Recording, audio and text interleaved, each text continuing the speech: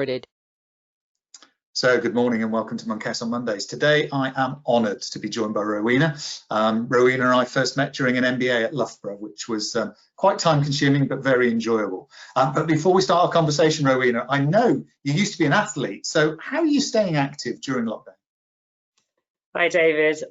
Well, unfortunately for me, I had a race cancelled, so I was actually pretty fit in the lead up to lockdown. So I've been doing quite a lot of online classes at home, making sure I'm training today. Hardest to keep the motivation, but still appreciate the importance of it. So it's part of my routine now. Good, excellent. Yeah, and I think it appears to be starting to become a part of an awful lot of people's routine, which is just brilliant for the sector. So, Rowena, you always impress me. You still impress me. We get to work together at GENsport at the moment, which is fab. But just give us a bit of insight. What do you do? What's the thing that Rowena enjoys from a work point of view? So, connected to my background as an athlete, I've been working for about the last 15 years in the commercialisation of sport, so selling sponsorship and broadcasting rights for major international sports events, but also in relation to high-profile athletes. Last year, I went back into private practice and joined the sports law firm LEVEL as a partner, and I also set up my own commercial consultancy as well. A lot of the work I do has a major focus on female empowerment and the role of sport in addressing gender balance. So that's a key focus for me. Yeah. And also, obviously, as you know, I'm a trustee at GENsport, and that's connected to my passion around activity and well-being, which, again, is super important for me. Yeah, absolutely. Okay, so let's talk about some of those passions, and let's talk about sort of almost life competitive sport, elite sport, because you're working quite clearly in that activity area. What was it pre-COVID? What was it like before we locked down? Sport couldn't have been in a better place, actually, to be honest. I mean, we were looking at football, for example, enjoying license fees from a media perspective more than we've ever known before. We've had such a choice in terms of where we can watch sport, accessibility to sport. This is more, the elite sport is definitely different. Sure. Participation side, which is obviously more challenging, but certainly from a viewership perspective, choice and availability was a really good place. Yeah. Sorry. So what was lockdown like then for elite sport? Because I know from a gym point of view, we basically said on a Friday everything shut, full stop. So what was it like in sport, in elite sport? So I went to the Arsenal-Newcastle game in February, and towards the end of February, and I had no idea that was going to be the last live game I was going to go to for a long time. But not long after that, we started to see events start to think about postponement, and then suddenly it was cancellation, postponement. Everything happened so quickly to the point, I think it was around the 14th of February, when we had pretty much a virtual shutdown of sports. So there are two leagues that have continued through that, the Belarus and Nicaraguan football leagues. Yeah. But pretty much apart from that, the sports world shifted to virtual, well, the world shifted to virtual interaction, but the sport suddenly, like all forms of entertainment, had to look at innovative ways in which to engage their fans. So it's been a real challenge because, well, for all of us, we've never had to deal with something like this. But when you're an industry that's based on live sport that suddenly can't take place, you have to really think outside the box. Absolutely. So what sort of things have been going on around that sort of fan engagement side of stuff? So there's been a bit of a progression, actually. So at the start, we saw a lot of sports and players doing a lot of social engagement. So things like the toilet roll challenge that we saw, the stay-at-home message that was being pumped out, a lot of interaction with social media, also reruns. But I think really sports really wanted to try and look at different ways to activate. We saw some sports shifting to a virtual esport format, but obviously that only works for certain sports.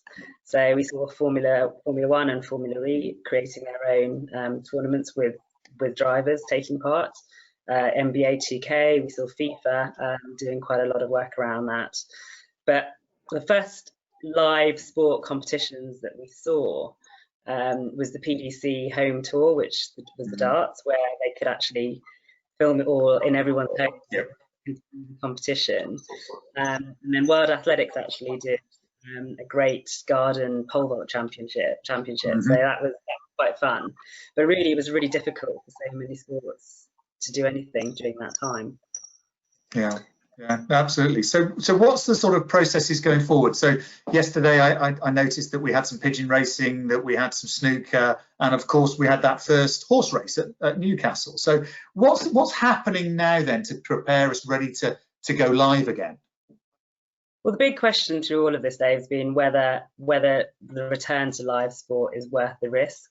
You know, we have all these society issues, and you know, the key criteria has always been the health of the nation, but also sport is a really important factor in that as well. So everyone was doing everything that they could to make it work, but certainly the main sort of considerations were around testing and controlling the spread of the virus. And a lot of the discussions that were taking place in the background were about finding an appropriate test that was speedy enough, that was Public Health England approved, and that was really challenging. And then plus how we could ensure that players didn't contract the virus through playing sport, how they didn't spread it to their families, you know, concerns around Black and ethnic minority athletes who felt more vulnerable.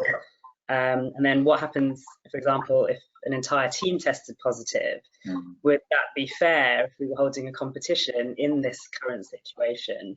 And actually that happened in Germany with Dresden testing positive. So there were then there were also issues around medical support, for example. What if a player got injured and needed to go to hospital at a time where we were really concerned about overloading the NHS? All these factors had to be taken into consideration. But the whole evolution of live sport coming back to us has been focused on how the country has been faring in its fight against the virus, and that's how we slowly started to see sport being switched on over the last few weeks. So the very first event that took place was Korean football back on the 8th of May, that famous league. But really it was the Bundesliga that was the first major league to resume after lockdown, and that was on the 16th of May.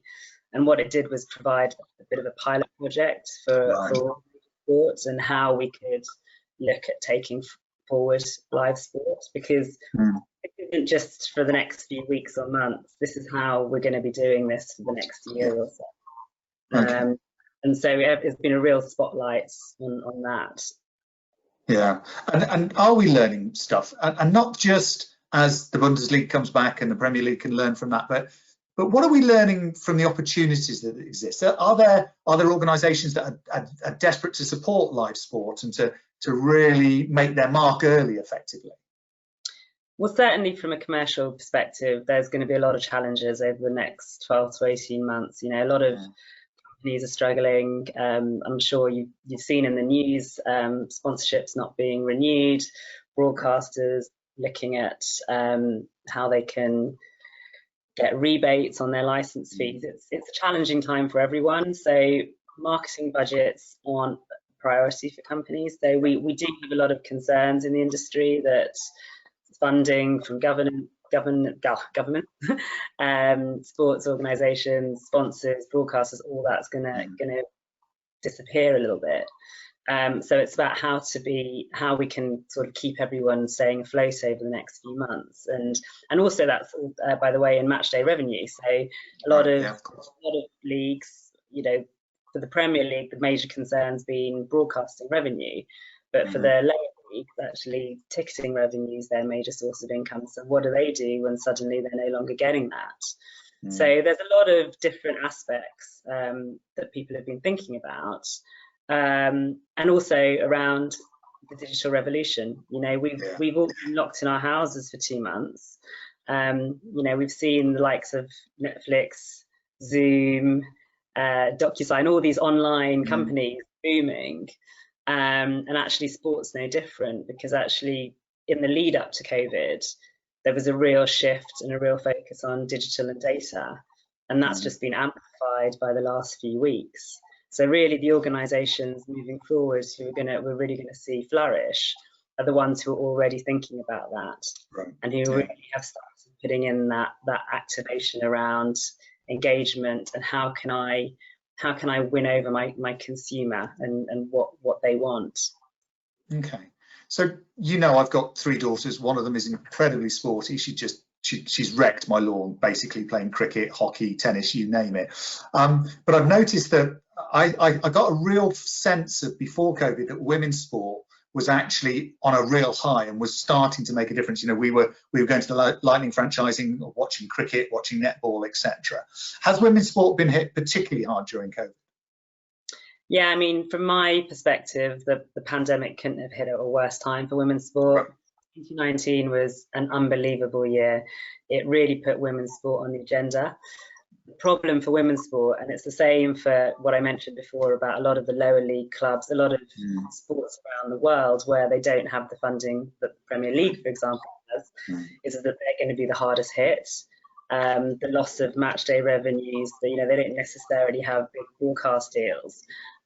Certainly 2020 was supposed to be the year that would convert all this progress from last year into profit, and COVID switched that off. And the concern, I think, in the industry is that where cuts need to be made, it's going to be made in women's sport, in these smaller sports, and in these areas where they're less profit making. Right. But certainly from the UK perspective, DCMS just last week made the statement that they've pledged to preserve the momentum of the last couple of years. And the head sport is just one part of the story, whereas there's a real intention to keep the focus on visibility so that girls like your daughters can keep watching the sport and keep that up, because it's so important for the next generation of sporting women. Yeah, absolutely. And I think that links into the work you do at GENsport and your views around female activity within sport, which is just brilliant. We've just done our survey and actually we got a big response from females. It was about 65% female response. And one of my concerns there is that actually leisure centres, sports centres, we actually have a good representation, in most cases actually a higher representation of female participants. And actually, if the sector gets damaged, we're going to almost damage the female marketplace bigger because there was more taking part in the first place. So, from a participation point of view and a GENsport point of view, is there anything that we can think about that maybe makes it easier to get back to the levels that we've talked about in participation or in playing from a female perspective? Well, I think there's always been a challenge for appealing to women, and they consume sport in a very different way to the way men do.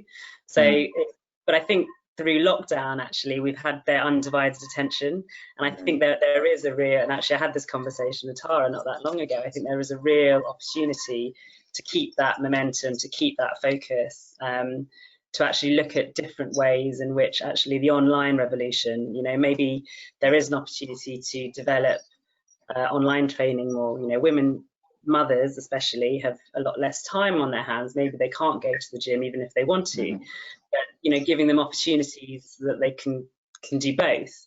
I think now we've shown how easy it is to do all of that. My personal opinion, and certainly the same applies to me, when you're short on time, it's great to just have a really easy class instructor that you can just switch on and do it in half an hour and to make yourself easier. So I think from a women's perspective, I think that's going to be really critical moving forward. And also keeping up that momentum, getting people outside, keeping them, encouraging them to keep working these virtual challenges that have been happening. Why do they have to stop? Just because you go to your local park run or compete in a marathon doesn't mean that you can't do it yourself at home. I think those sorts of initiatives are going to be really important moving forward. Yeah, brilliant. Rowena, the trouble is when we get together, we always just talk, because I just so love the insight that you can share with me and the stretch that you give me as well. So we've had our time. I'm going to have to say thank you so much. But also that actually I'd love to follow up with you as well, because as we start opening up more live sport, I'm sure we're going to learn more. So, and I'd like to have a further conversation with you, if that's okay, at a later stage. So absolutely. Great. Thank you very much for your time. You take care and we'll catch up soon. Bye-bye. Thanks so much, Dave. Bye.